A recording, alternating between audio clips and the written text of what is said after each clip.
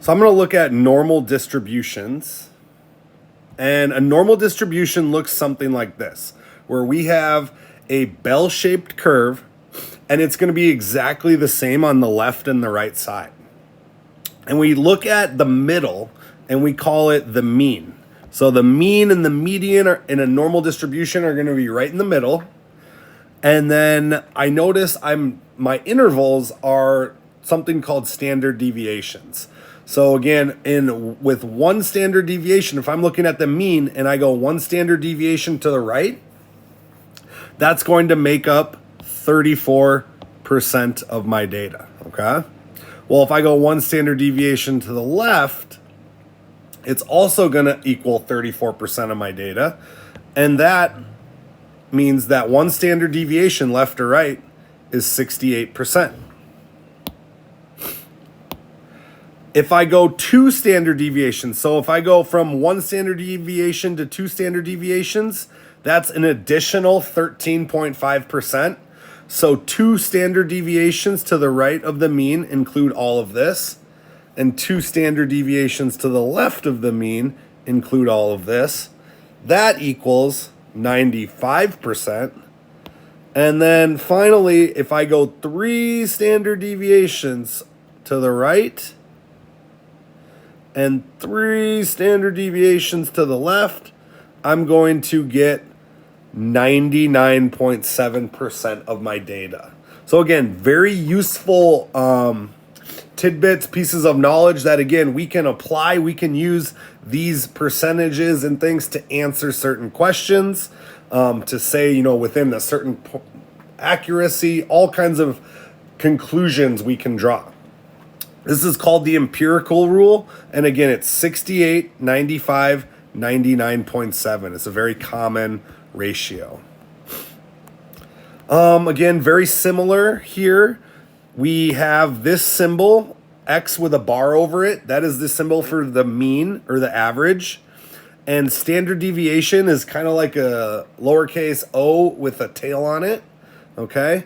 So that's, again, a symbol. And really, it's kind of this, just different ways to record or draw the same thing.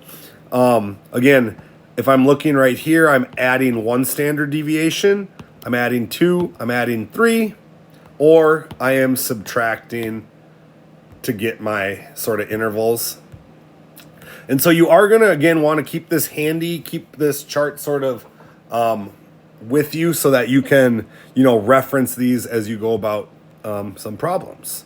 So let's look at an example. Got a little remnants here, but I'm trying to find, okay, what is the probability that a randomly selected X value will lie in between the mean minus two standard deviations and the mean. So again, that's shown in this sort of figure right here. And again, when you attach or apply the percentages, it's pretty straightforward. I have from 0 to 1 on the left side, 34%, and over here, 13.5. So that's going to give me 47.5%. If you were using decimals, or if you were, curating those as decimals, it would be 0.475. So make sure that, you have remember how to go from percentages to decimals and vice versa. Another example, let's look at the blood cholesterol readings for a group of women, and it's normally distributed with a mean average of 172 and a standard deviation of 14. This is milligrams per deciliter. So again, that's just a unit of measurement. For part A, it says, what is the percent of women with readings between 158 and 86? So the first thing I do is I draw my standard normal curve, and I put the mean, the average, right in the middle, and that's 172. And then I take one standard deviation and I add it to 172. So 172 plus 14 is 186. And then I do, that's one of my endpoints. So now I can go find the other endpoint. And I find that that's also one standard deviation to the left of the mean. So 172 minus 14. So now that I've got my endpoints, one standard deviation on each side. That is like saying 34% and 34%. So 68% of, again, we would expect about 68% of women to fall within this range for this test. Readings higher than 200 are considered undesirable. About what percent of the readings are undesirable? So again, I don't quite have 200 yet, so I'm going to go one more standard deviation to the right. I'm going to add 14, and that's going to give me 200. So now I'm trying to say, okay, but I want to know which ones are higher than that. So really, I'm looking for this information out here. What's going to be above that? So I'm going to go ahead and calculate what this is. But I could also figure out what this stuff is and then subtract it from 100%. So there's two ways to think about it. Again, I'm going to find that far right piece, and then I'm going to also say, again, you could find everything on the left and then say, well, whatever's left is going to be my answer. So if I look at my picture, again, I've got these sort of percentages. So I said we went 2 standard deviations to the right. That was, again, that got us to 200. We're looking for this information over here. I see that from 2 to 3, it's 2.35, and 3 on is 0.15. So if I were to add those two up, 2.35% plus 0.15% gives me 2.5%. So the question says about what percent of the readings would be considered undesirable. The answer to that would be 2.5%.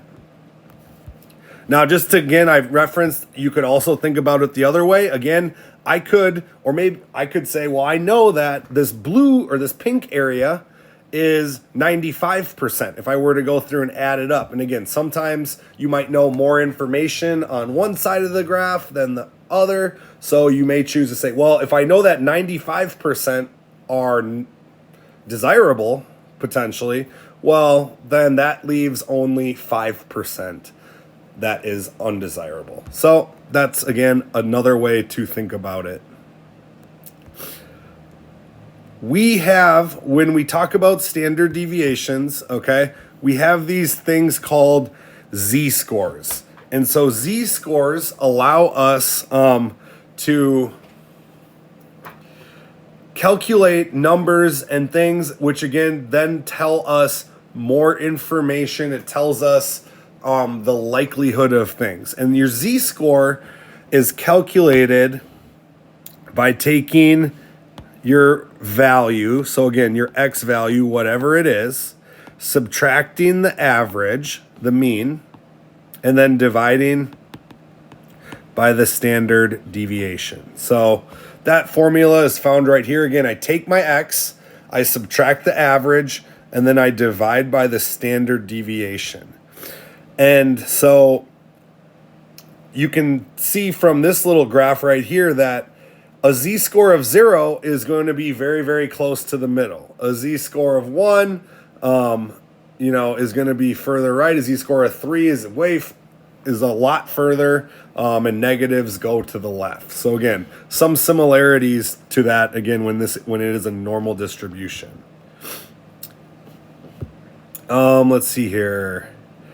If a z is a randomly selected value from a standard, you can use the table. So again, there's this thing called a standard normal table that you can use to look these values up. So, for example, the table shows what's the probability that you get a z-score of less than or equal to negative 0.4.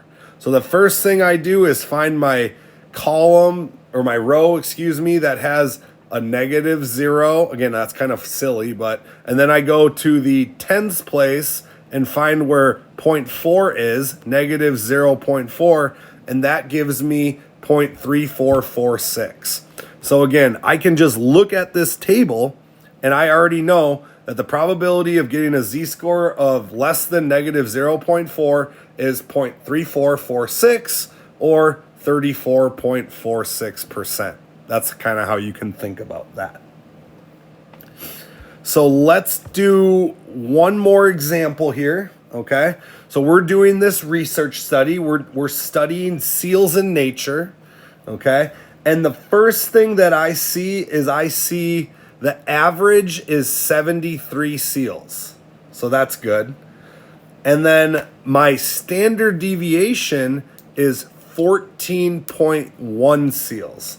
So again, I'm like, all right, so normally I have 73, but it can change a lot depending on the day, depending on the location, depending on what, like if they're hungry, are they not hungry, So give or take 14.1 seals change for every standard deviation. We want to find that at most 50 seals are observed. What's the probability that, again, my X value is no greater than 50? Now, eyeballing it, I see, well, my average is 73. 50 doesn't really seem very close to 73 in this case. So that's, again, it maybe doesn't sound like it's going to be super likely. So I'm going to take this formula that we just talked about. I'm going to take my X value of 50. I'm going to subtract it from my average of 73. And then I'm going to divide it by my standard deviation of 14.1. All right, 50 minus 73 is negative 23 divided by 14.1. That gives me about a negative, So my z-score, so again, my z-score, it's not my answer. My z-score is about negative 1.631. Okay, so again, that's my z-score, not my answer. Now I got to look at my table, and I'm going to find negative 1, and I'm going to find 0.6.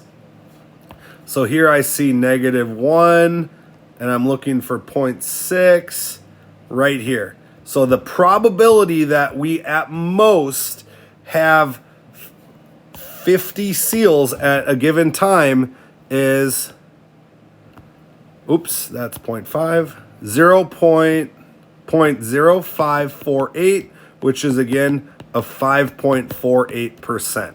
So not a great percent, but that does make sense given that the average was 73 and at most 50 is pretty far away. So that's an example of how you use your z-score to find the probability. And just one last thought, again, if we were to just sketch out our graph real quick, okay, again, here is 71, boom. If I'm saying, okay, I'm going to the left because 50 is less, say I subtract 14.1, well, that gives me 58.9, still not 50, so I'm going to have to go a whole nother standard deviation. Again, my standard deviation was like 1.6, so negative 1.6. So this would be 50 eyeballing. Again, far away from the average, far away from the mean. It's not likely to occur.